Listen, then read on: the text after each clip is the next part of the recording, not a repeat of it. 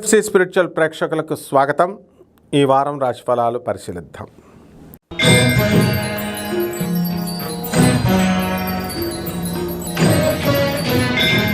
కర్కాటక రాశి. ఈ కర్కాటక రాశి వారికి మరి మే 14, 2025 సంవత్సరం నుంచి గురుడు వ్యయస్థితిగతుడు అవుతున్నాడు. ఆ తర్వాత ధనస్థానంలోకి మనకి కేతుగ్రహం వస్తుంది. దానివల్ల ఏమవుతుందండి మీకు అందరికీ అంటే చక్కగా ఆదాయం మిస్టీరియస్గా అనుకోకుండా వచ్చేయడం జరుగుతుంది.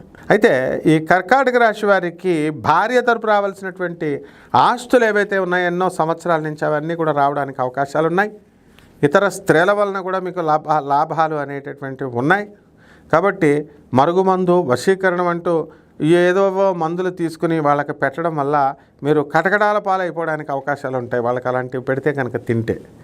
కాబట్టి ఈ రకంగా ఈ యొక్క కర్కాటక రాశి వారు మరి అనేకమైనటువంటి సమస్యలలో ఉన్నప్పటికీ కూడా విద్యలో ఆ సమస్యలు అన్నీ కూడా దాటుకొని మీకు వచ్చేయడం జరుగుతుంది.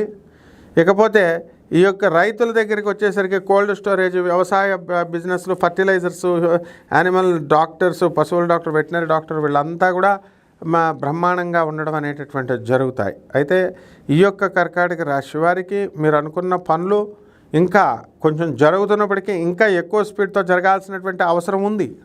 కానీ కొంతవరకు జరగడం అనేటటువంటిది జరుగుతాయి.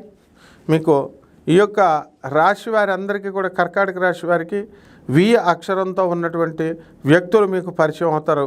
ఇలాగా వి అనే అక్షరము, ఓ అనే అక్షరంతో మీకు వాళ్ళ సలహాల ప్రకారం మీరు చక్కగా ముందుకు వెళ్ళడం జరుగుతుంది.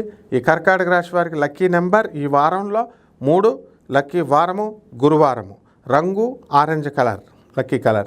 కాబట్టి పరిహారాలు చేయాల్సిన పరిస్థితి ఏంటంటే రాహు జపం చేసుకోండి, రాహు స్తోత్రాలు చదవండి, రాహు కిలోంపావు మినుముల్ని ఆవుపేట రంగు ఉన్నటువంటి వస్త్రాల నుంచి పేద బ్రాహ్మణులకి శనివారం నాడు ఉదయం 8 గంటలకి దానం చేసుకోండి.